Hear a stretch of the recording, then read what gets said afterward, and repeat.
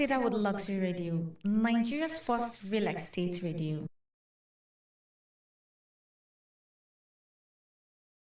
Hello viewers, I am Ambassador Dr. Julius Oyedemi, your most astounding CEO 2023 P1 Group. The best radio to listen to is no other than the Cedarwood Luxury Radio. Thank you.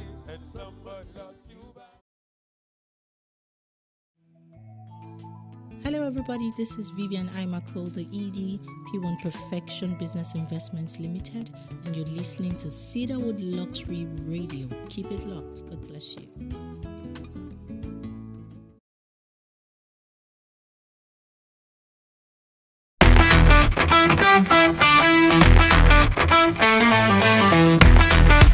Finding the right property can sometimes feel like a daunting task.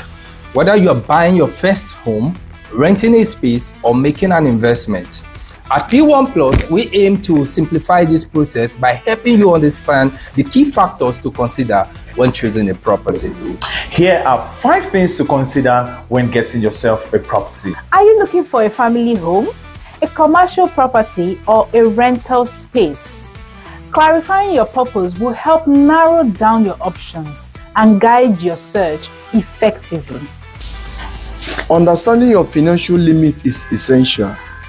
Consider the cost of the property, additional fees, and potential maintenance costs. At P1 Plus, we offer flexible payment plans to help clients achieve their goals. Location of a property determines its accessibility, value, and growth potential. For residential properties, you look out for areas with good schools, tight security, and also healthcare facilities. Just like for commercial investments, proximity to business districts is key. Modern buyers and renters often look for features like energy efficiency, smart home technology, and recreational facilities. Properties developed or managed by P1 Plus incorporate these elements to meet contemporary standards. Navigating the real estate markets can be overwhelming. Partnering with professionals like P1 Plus ensures that you make informed decisions and also secure the best deals. Choosing the right property today is a significant step, and with the right guidance, it can also be a rewarding experience. Contact us for personalized advice and property listings tailored to your needs. So subscribe to any of our current selling Cedarwood Luxury Estate and enjoy a seamless process of acquiring properties. Thank you.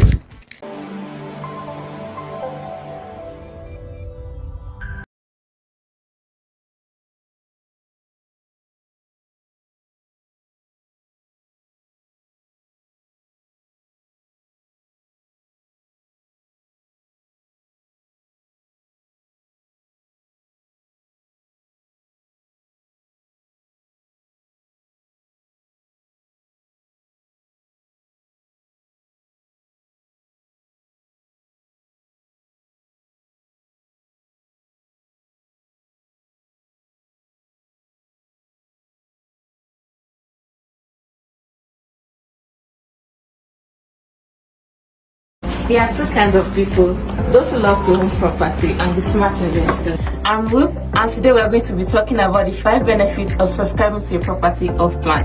I'm Sandra Tolefe. Speaking of which, here at P1 Plus, we offer exotic buildings at exotic locations off plan. Here are the 5 benefits of subscribing to your property off plan. 1. Lower prices and exclusive discounts. Off plan properties are often sold at lower prices compared to the completed units. 2. Potential for high returns. As the property appreciates in value during construction, buyers can benefit from significant capital gain. 3.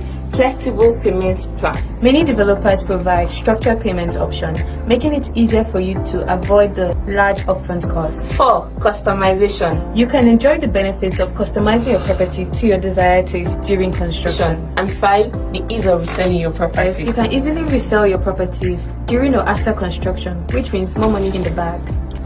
Smart investors find creative ways to save money, get return on their investment, and enjoy flexible payment plans. I mentioned the exotic locations earlier.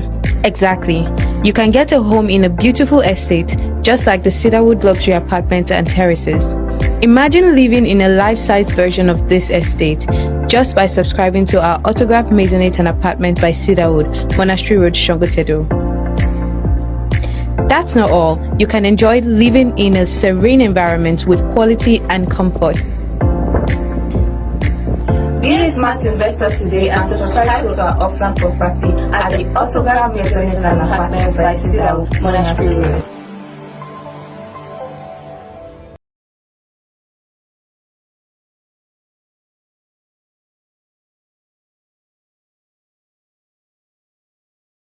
Looking for a studio to run online radio shows, podcast series, record jingles? The Cedarwood Luxury Studio is highly equipped and available to give you the very best of studio experience.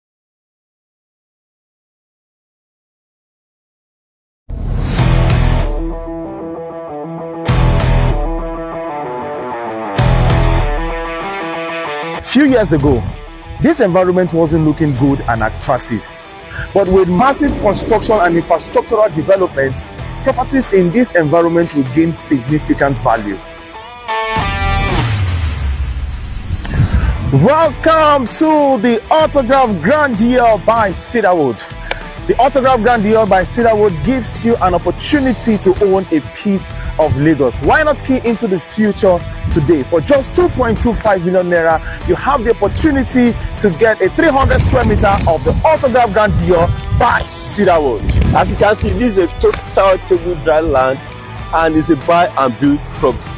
Get a solution form today and subscribe now. Facing the Coastal Road, the Autograph Grand Deal comes with the land set to register survey and deed of assignment.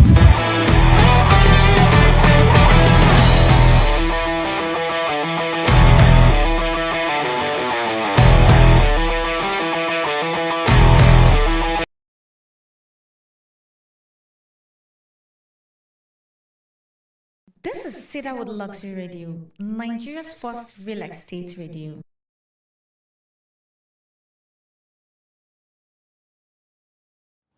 Yes, yo. Good morning, Lagos. Good morning, Africa. Good evening. Good afternoon. Good evening, wherever you are listening or hearing us from. It's been a while, right?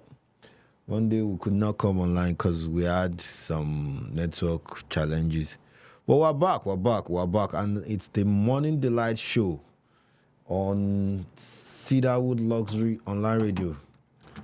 And you're very much welcome. It's your one and only Cedarwood Luxury Online. And don't forget to like, share, and subscribe to our YouTube and Facebook channel.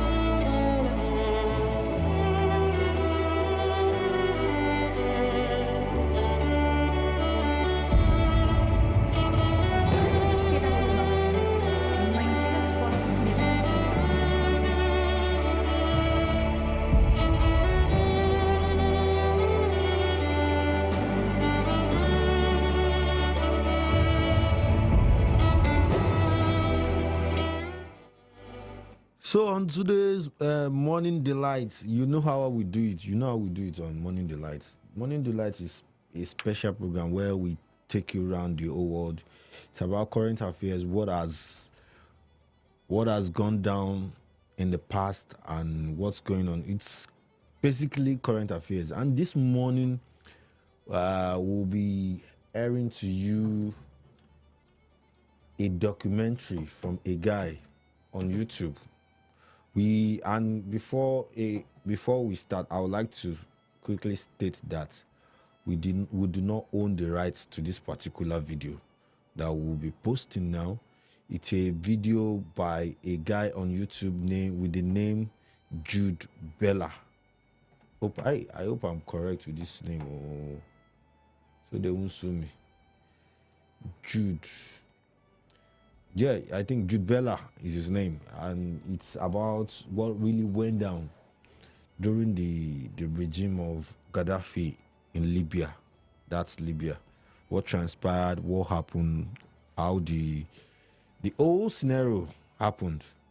And well, you should know Morning Delight is not just a program that we bring all these programs for you so that it can educate you of what's really happening in the world. It can educate you. It can take us back to when we were not there, what really happened, the real story. So I'm going to be playing the next video you're going to be seeing is this documentary. And I want you to relax, watch, enjoy. And don't forget to like, comment, and subscribe to our YouTube channel. Thank you.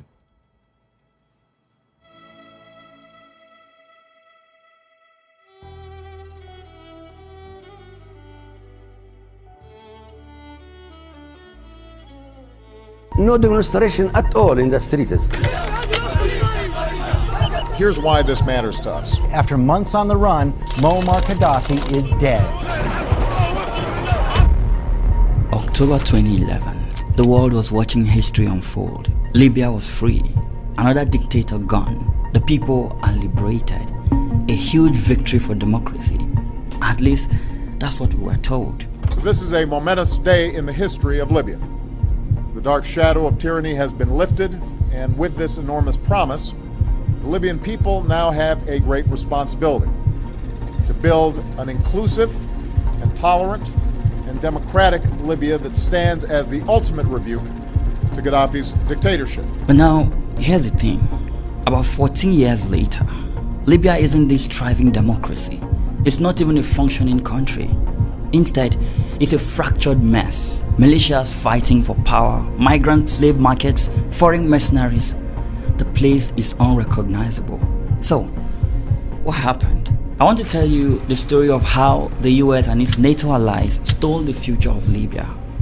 I'll show you the geopolitical motivations behind the intervention that toppled Gaddafi's government 14 years ago, and how a single lapse in judgment by the then US President Barack Obama led to the nation turning on itself, with different warlords battling for control over the fourth largest country in Africa. This story doesn't just end with Libya, as the situation in the country has since brought back slave markets on the continent of Africa. There are factional leaders also engaging in arms smuggling activities, leading to a wider insecurity situation in the Sahel countries. So we came, we saw, he died.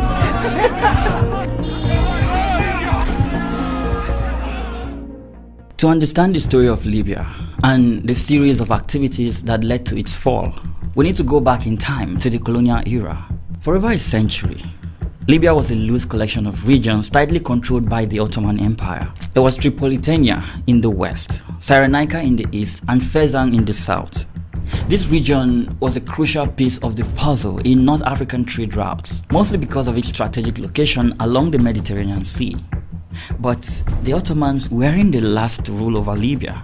That title would soon belong to a European empire looking to expand its reach. Here comes Italy. The King of Italy, on his visit to Libya, was received by Marshal Balbo, the young, bearded and popular governor. In 1911, Italy invaded, claiming it was their destiny to now control Libya, branding it as their own piece of New Rome. It didn't matter that people were already living there. Over the next few decades, the Italians turned Libya into a settler colony, displacing the local population to make room for thousands of Italian migrants. The indigenous people, especially the Bedouins, resisted, and that's where a name enters our story: Omar Mokhtar. This guy, Omar Mokhtar, also known as the Lion of the Desert, led a resistance movement against the Italians. His forces waged guerrilla warfare in the deserts of Cyrenaica for nearly 2 decades. He became a symbol of Libyan resistance until he was captured and executed in 1931. But even in death, his legacy remained. After Mokhtar's death, the Italian regime under Mussolini cracked down hard. Entire Libyan communities were forced into concentration camps where tens of thousands died from disease and starvation. the dream of independence seemed impossible. But as history would have it, Italy wasn't destined to hold on to Libya forever. Enters World War II. The sands of Egypt, the British 8th Army prepares for what history will record as the 7th Battle of Libya. Libya became a battleground between Axis and Allied forces. The Italian and German armies fought against the British and Free French, turning Libya into a war zone. Cities were bombed and entire communities were caught in the crossfire. But when the dust finally settled, Italy was gone. The Allies had won, but winning the war didn't mean Libya was free. Its future was merely up for grabs by yet another superpower. The question now was, who would control it? The British soon took control of Tripolitania and Cyrenaica. The French occupied Fezzan. Some wanted Libya to be split among these new rulers. Others simply wanted it to be an independent nation. So in 1949, something historic happened. The United Nations got involved, and after lots of backroom deals, a resolution was passed to make Libya the first African country to gain its independence. But the process wasn't immediate. On December 24, 1951, 2 years after the UN resolution, Libya officially became an independent kingdom led by King Idris, a man from the powerful Sanusi religious order in Cyrenaica. He was seen as a unifier, a monarch who would hold this divided land together. But there was just this one major problem. Libya, you see, was one of the poorest countries in the world. Its economy was weak and there were almost no real sources of income. The country needed something, anything, to survive. And then they found it. Esso Standard Libya was the first company to find oil there. In 1959, 8 years after its freedom from colonial rule, everything changed. Libya discovered oil, and not just some oil, a lot of it. With that, Libya went from being a poor desert kingdom, dependent on international aid and rent from US and British air bases, to an oil-rich monarchy. Suddenly, the game had changed. Western companies started flooding in, eager to tap into this new wealth found in the desert. This oil wealth meant the government now had a truckload of money to spend. They embarked on massive construction projects, trying to improve the quality of life for Libyans. But as the economic standard improved, so did the cost of living. And there was also this small matter of corruption. The new King Idris struggled to maintain control, and not everyone was happy with how Libya's newfound wealth was being handled. The king's pro-Western positions in international affairs also was becoming a huge problem back at home. By the late 1960s, discontent was growing. King Idris continued to allow foreign companies to exploit Libya's oil. His fondness for the West was becoming more and more of an issue, especially when he failed to speak out against Israel during the June War of 1967. Meanwhile, a new wave of Arab nationalism was sweeping across the Middle East. Egypt had Nasser, Iraq had its own revolution, and in Libya, there was a young military officer watching all of this very closely and taking notes. His name, Muammar Gaddafi. In 1963, Gaddafi joined the Libyan military academy. Quietly and carefully, he assembled a loyal group of young officers who shared his radical views, plotting meticulously for years. From a young age, he admired revolutionaries, figures like Egypt's Gamal Abdel Nasser. His inspiration was Arab nationalism. He dreamed of throwing off foreign influence and making Libya truly independent and powerful. By September 1969, while King Idris was away in Turkey for a medical treatment, Gaddafi saw his chance and he took it. In one night, Libya went from monarchy to military rule. Immediately after taking power, Gaddafi rebranded Libya. It became the Libyan Arab Republic, a new revolutionary state. Soon after, he wrote this weird political manifesto called the Green Book, outlining a unique form of governance, blending socialism, pan-Arabism, and Islamic values. By 1977, the country's name changed yet again to the Great Socialist People's Libyan Arab Jamahirila. Such a long name, I know, but this simply meant government through the masses. One of Gaddafi's earliest and boldest moves was seizing control of Libya's vast oil resources. Before him, foreign corporations dominated Libyan oil. Gaddafi changed the game. He expelled Western military bases and boldly renegotiated contracts with foreign companies. When they resisted, he threatened nationalization, eventually forcing them into accepting Libyan terms. This move drastically increased Libya's oil revenue, and in a matter of years, Libya was transformed into one of Africa's richest countries per capita. The country had the highest living standards in Africa. There was free healthcare, free education, and government-funded housing. As the country prospered, he introduced policies that he thought would protect his people against the evils of capitalism. He banned renting houses for profit, declaring that every Libyan had the right to own their home and forbidding commercial property rentals. While these principles sounded noble, it caused chaos and housing shortages, stunting real estate development in the process. However, Gaddafi was not just focused on building Libya in his own image. He was busy on the international stage too. By the 1980s, Gaddafi wasn't satisfied with Libya alone. He envisioned himself as Africa's liberator and leader. He dreamed of a United States of Africa, a continent free from Western influence.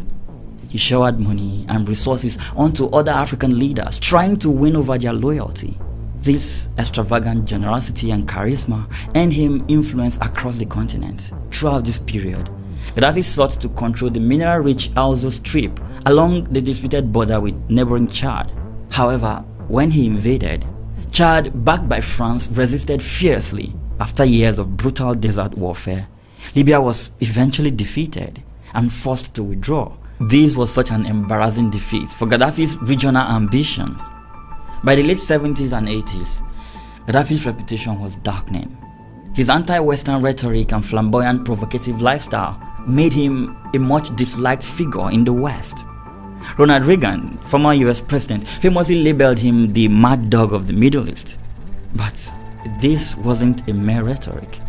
Libya's relationship with the United States, which had been an important trading partner, deteriorated in the early 80s as the US government increasingly protested Gaddafi's alleged support of Palestinian Arab militants. Gaddafi was accused of actively funding and supporting terrorist organizations globally, from the IRA in Ireland to Abu Nida's Palestinian group.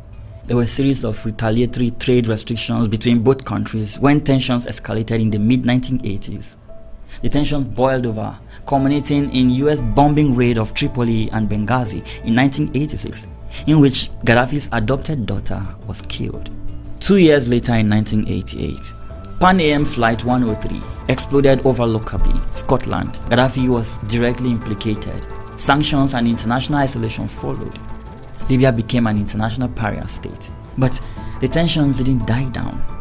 Feeling increasingly threatened by the West and inspired by Pakistan's nuclear breakthrough, Gaddafi secretly pursued nuclear weapons throughout the late 1980s and 1990s. He bought nuclear technology from Abdul Qadir Khan, a Pakistani scientist, determined to strengthen Libya's military capabilities. But international intelligence intercepted these plans.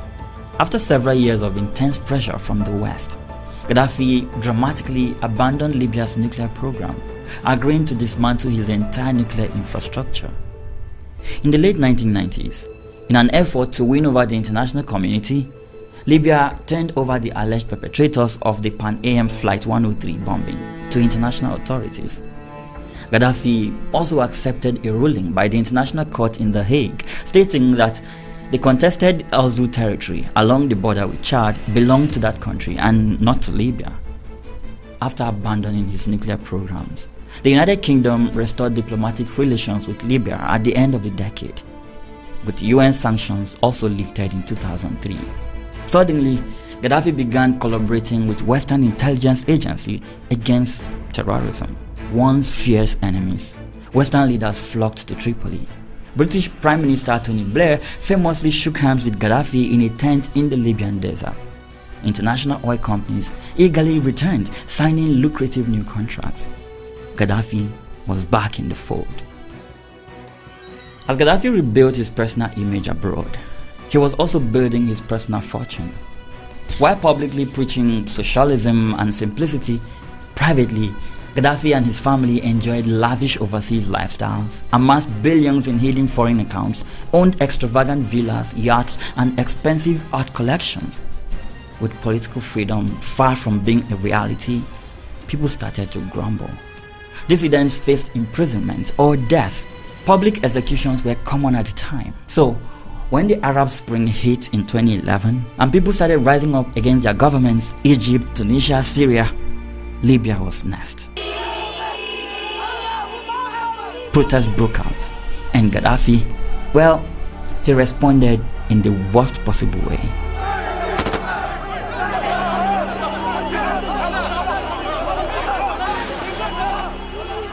At this point, the world starts paying attention.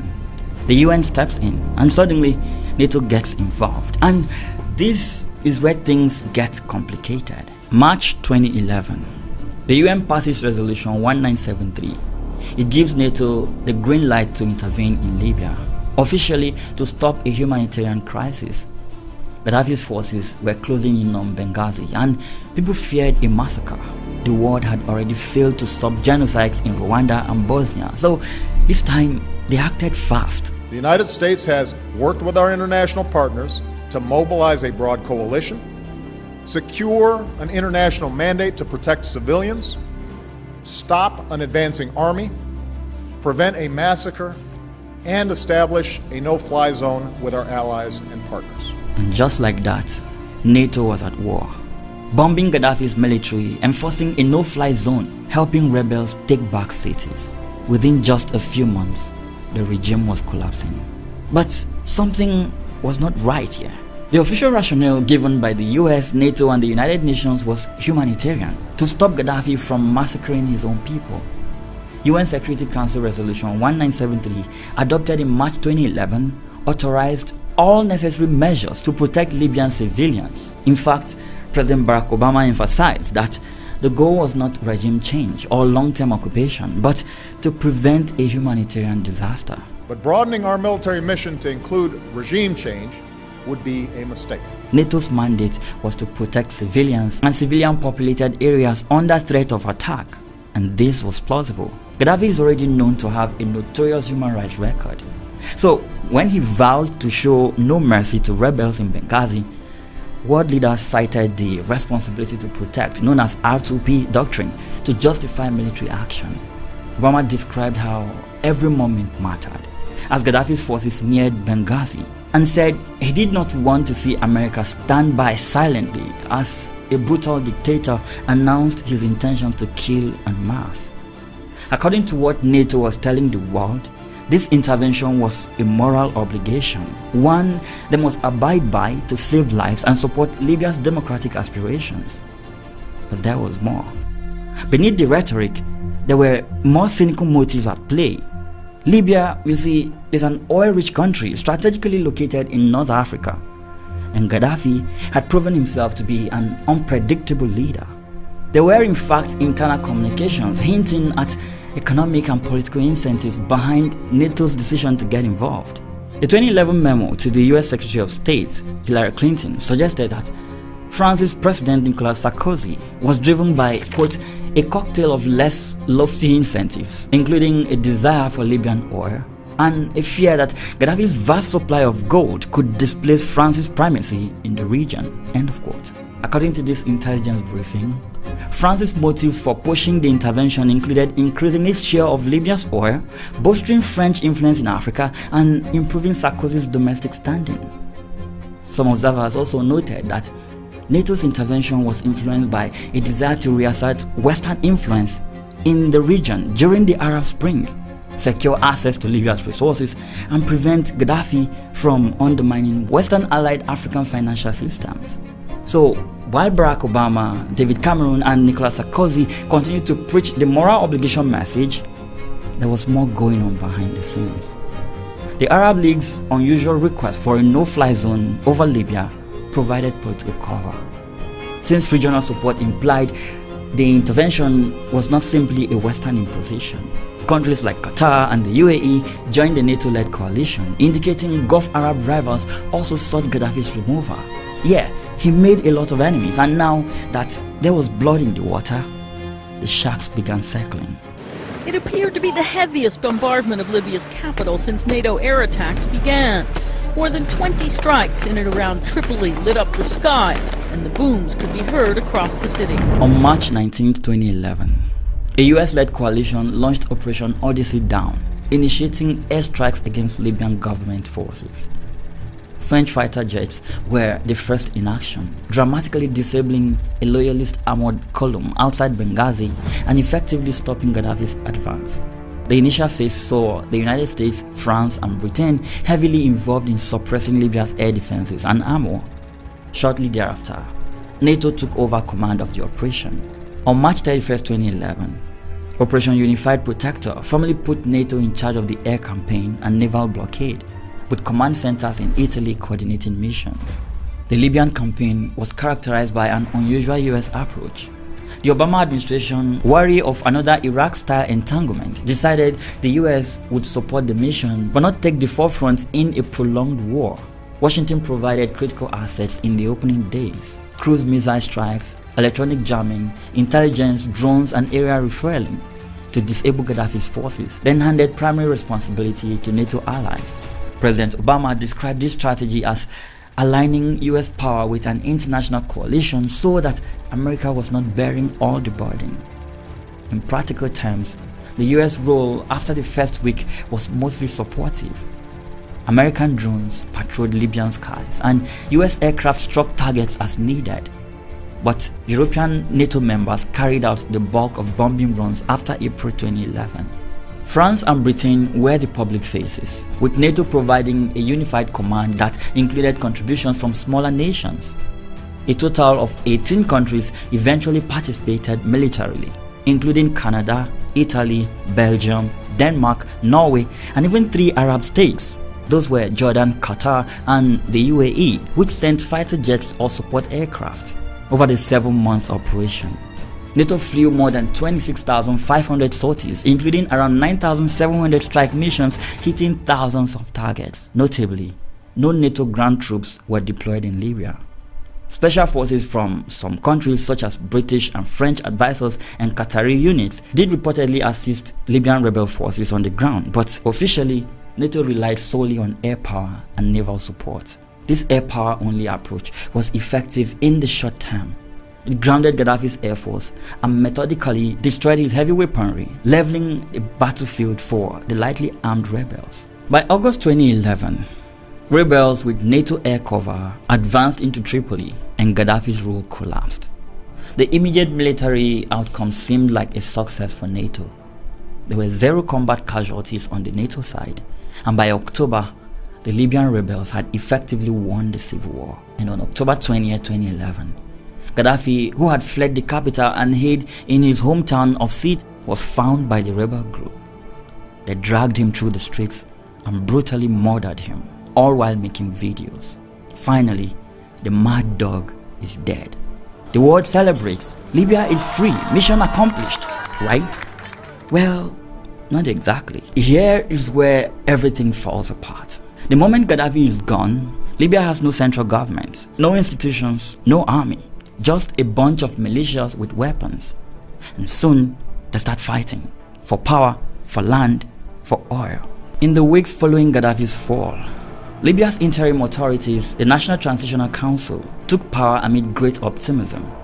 Oil exports, which had halted during the war, resumed. NATO countries and the UN recognized the new leadership. However, beneath the hopeful surface, warning signs appeared almost immediately. The way NATO executed its intervention meant no peacekeeping force was deployed, and the rebels who fought Gaddafi did not disarm. Dozens of militias controlled different patches of territory, including the capital. Many arms depots had been looted. The new authorities had little control over the countless fighters energized by victory.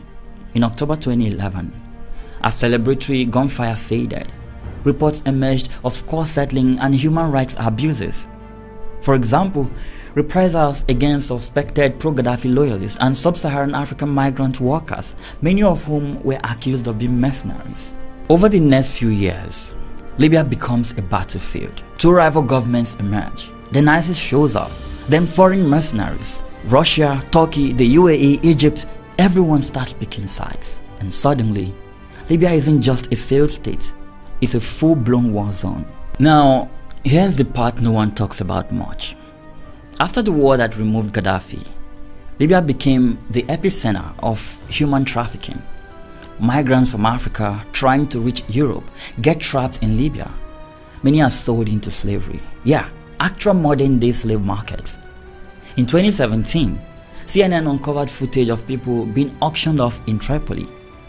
And the world, it just moved on. But humans are not the only commodities being trafficked in Libya. Smuggling networks have flourished amid the anarchy. Weapons looted from Gaddafi's armory spread across an entire region already plagued with instability. In early 2013, a UN report warned that arms were being smuggled from Libya at an alarming rate, fueling conflicts in Mali, Syria, and beyond. Militant groups capitalized on the thousands of Libyan weapons and everything from small arms to anti-aircraft missiles to strengthen their insurgencies. For example, in 2012, battle-hardened fighters, including Tuareg ethnic fighters who had served in Gaddafi's forces, returned to Mali with heavy weaponry, sparking a rebellion in Mali's north that led to an Islamist takeover of that region, before a French intervention known as Operation Serval in 2013 drove them back. The Sahel region as a whole saw a surge in violence traceable to Libya's collapse. In Egypt's Sinai and in Gaza, militants also reportedly received arms from Libyan stockpiles. Internally, Libya itself became a haven for extremist groups. By 2014, jihadist organizations like Ansar al-Sharia and the Islamic State, ISIS, had established a foothold amid the disorder. And there have been proxy warfare in the country of late. In the absence of a central authority, Libya became an arena for regional and global powers to settle scores and vie for influence. During the Second Civil War, which started in 2014 and continued until 2020, foreign nations backed different Libyan factions with money, weapons, and fighters. Egypt and the United Arab Emirates supported General Haftar's eastern forces, seeing him as a bulwark against Islamists and aligning with their broader opposition to the Muslim Brotherhood across the region. Turkey and Qatar, on the other hand, supported the Western factions in Tripoli, which included Islamist-leaning groups in line with their foreign policy of backing political Islam movements. Russia also entered the fray, reportedly sending the Wagner Group mercenaries to assist Haftar from 2019 onward, seeking a foothold on NATO's southern flank and a share in Libya's oil. Also, perhaps to project power in the Mediterranean.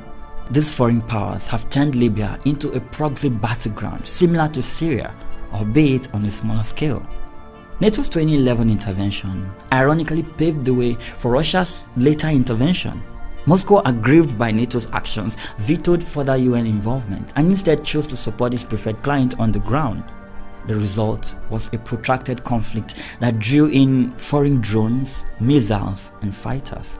By 2020, the Turkish military's direct intervention to save Tripoli's government from Haftar's offensive and Russia's continued backing of Haftar demonstrated how Libya's war had become an international affair.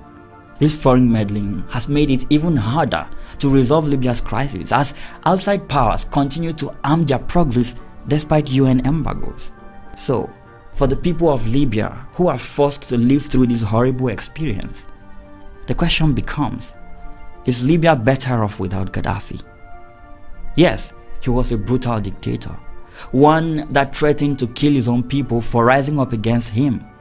But from what we can see now, NATO won the war to remove Gaddafi, but Libya has since lost its future. And if this is what liberation looks like, we really need to rethink what we mean by humanitarian intervention.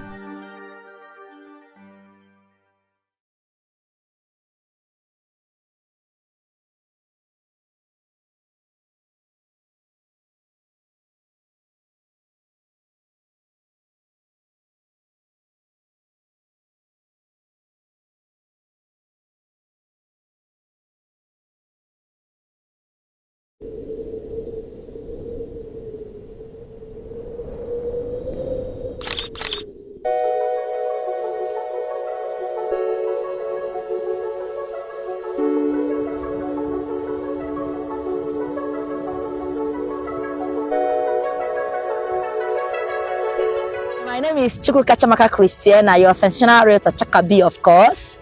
And today my client is being allocated in Elegance Cape, and it's just 48 hours that he subscribed to this awesome estate and he's been allocated.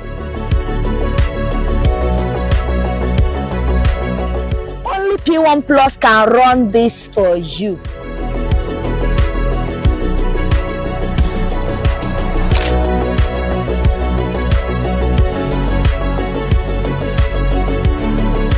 Today is a remarkable day for us because we've just had the maiden physical allocation at Elegance Cape by Cedarwood. Elegance Cape by Cedarwood is located at Edogwa Shiku, Asaba, and it will interest you to know that this estate was just launched a few days ago. Now, this fiscal allocation is actually a symbolic one because it indicates that there is demand for this estate, and secondly, that as an organization, we keep our word. On launch day, we actually had promised fiscal allocation within 48 hours, and we've just had the maiden fiscal allocation here. Both the client and the realtor are excited. The next set of persons we look forward to receiving is you and others who subscribe to this estate. This beauty is selling for a token of 3.5 million naira, documentation completely waived for you. Amazing.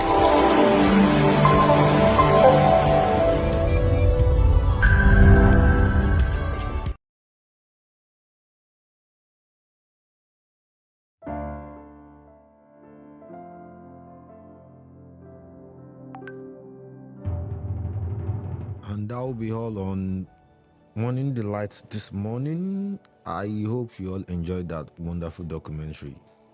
It's a story we all need to reminisce on. We need to sit back and really learn.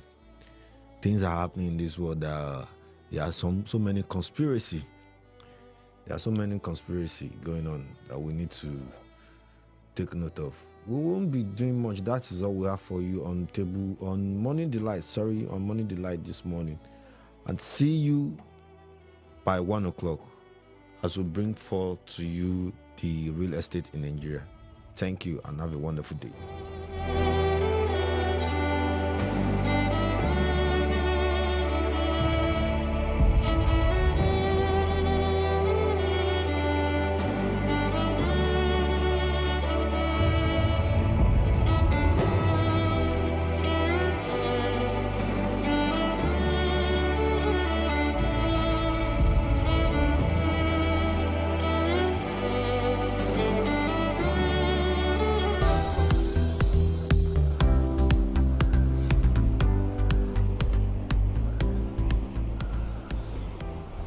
The Autograph Beach View by Cedarwood, located in the serene Eleko-Nabon area, just a 5-minute drive from the Lekki Free Trade Zone and around the Dangote refinery.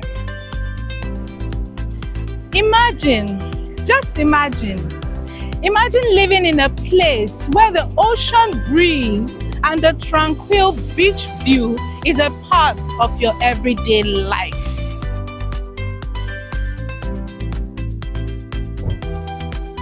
And all this can be yours for just 25 million naira only. Do not miss out on this incredible opportunity of owning a beachfront property at one of Lagos' most sought after locations. The estate is currently selling at an early bird price of 25 million naira only, with an initial deposit of 10 million at a 3-month payment plan. What more can pass a better title? With C of O in view, you can be rest assured that you are investing in property with legal security and long-term value. Subscribe to Autograph Beach View by Cedarwood Estate today and enjoy. Thank you. All plots are already fully demarcated. Once you make your payment, you can select your plot and get allocated instantly. What are you waiting for? Come now and choose your plots.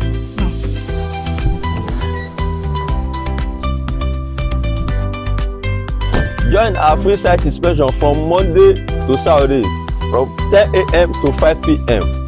Subscribe to Autograph Beach View by Cedarwood. Bye.